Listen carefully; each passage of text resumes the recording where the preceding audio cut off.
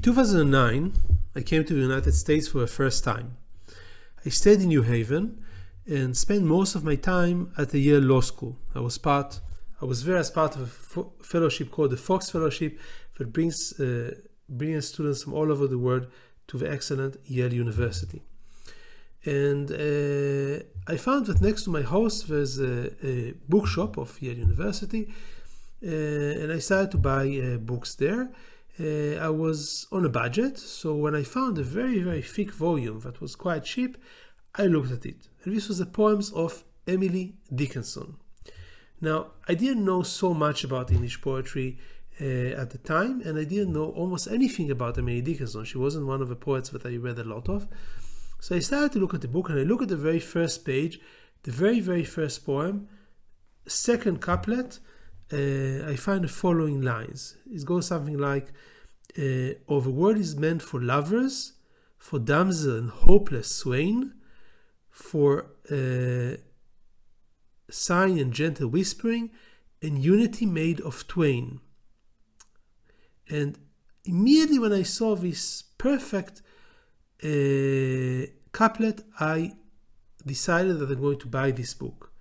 And I wasn't disappointed, because Emily Dickinson has a unique ability to use the cadence of the English language in a perfect way, and this is the greatest asset that I got from this book. My name is Shai Dotan. I am Associate Professor of International and Public Law at the University of Copenhagen Faculty of Law, and the purpose of these lectures is to help you improve your English and your research skills. Emily Dickinson was a very unique character. She was a reclusive lady who almost never left her room. She published in her lifetime only 10 poems, while she wrote about 1,800 poems. And the book that I bought at New Haven included all the poems that were discovered until then, and also noted next to every poem when was it discovered. And some poems were discovered and published many decades after Dickinson died. So almost 100 years, I think, I saw poems that were published after her death. And that's something that was quite striking. There is a repeating theme in a poem. So there's a lot of different metaphors that are very beautiful. She has a famous poem about hope, which many people remember. About hope is a bird that perches in the soul, and I saw it in the strangest land and on the further sea, but never in extremity. It asked a bite of me. So I quote from memory, so I may make mistakes here, but there are a lot of poems that did become iconic, but many other poems are great, and I think that they are that they deserve even much more fame than they received. But the repeating theme that connects all of them is something that I have to say I really didn't find very easy to relate to, and that's an infatuation with death and with dying. So death is presented as a lover, he's presented as a warm and a beautiful paradise, he's presented as warmth, and again, almost every poem has a different angle on the topic. Let me give you an example. That's another poem that I memorized. If I made mistakes, forgive me, but I think I got the main lines right.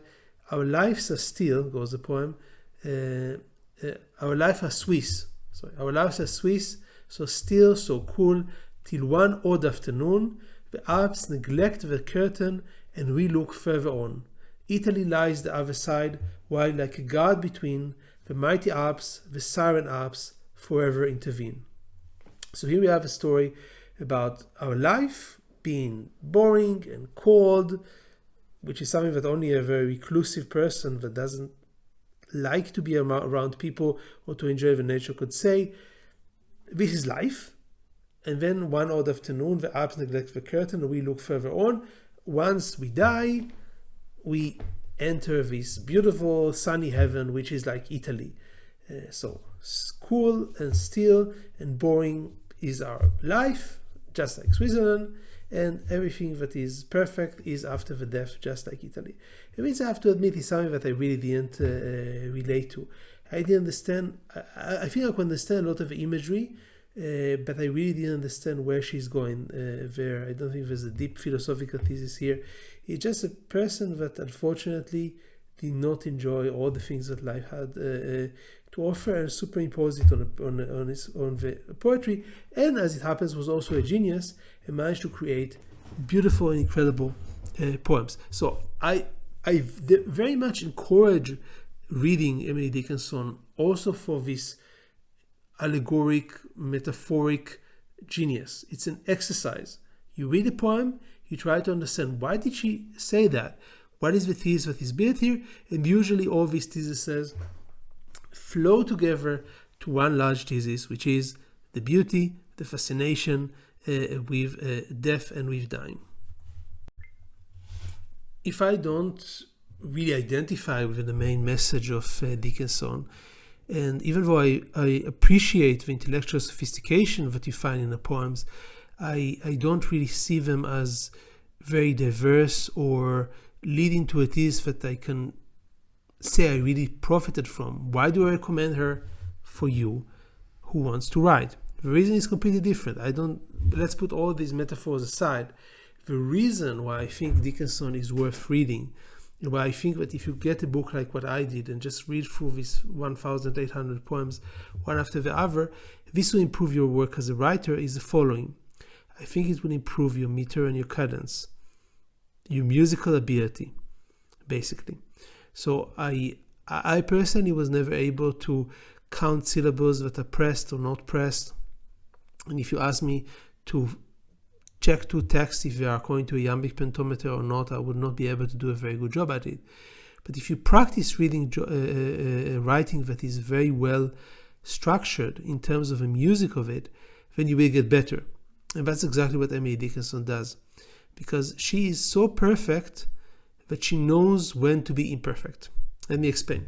So what you see is, and people have studied it at much, much greater accuracy than I did. I just did it very intuitively. So I see the way she structures the poem, and I see that the poem is structured in a way that is a very particular cadence that repeats itself.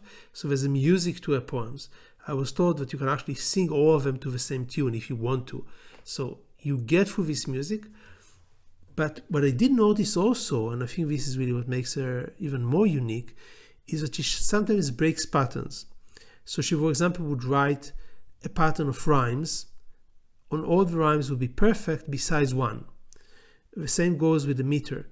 So she would deliberately integrate flaws into the meter of a rhyme in order to, I think, focus the attention of the reader on a particular topic.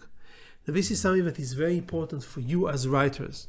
So if you, for example, write a series of short sentences, it's very important to break the pattern by integrating a long sentence at the end. If you have a series of long sentences, then you can break the pattern by adding a very short and punchy sentence at the end of a paragraph. What you're doing is basically using the musical part of a language. I'm sorry I'm not able to teach you how to do it in a very precise way with counting syllables or with counting words. I don't know how to do this as a system that can be easily taught. What I do know is that if you practice that, if you practice the music of a language, you see what sounds better and what doesn't sound as good. And when you read writing of beginners, that's one of the things that always comes to mind, that the music is a little bit off. So either there's a staccato of short sentences, or the sentences are mixed in a way that doesn't flow. It doesn't seem to flow well. And there are all kinds of tips that can help with that. Again, the shifting of the length of the sentences is something that can be done consciously. But also you need to really develop this music of a language. So you'll be able to write a paragraph quickly with a perfect flow, easy to read, because the music will be right.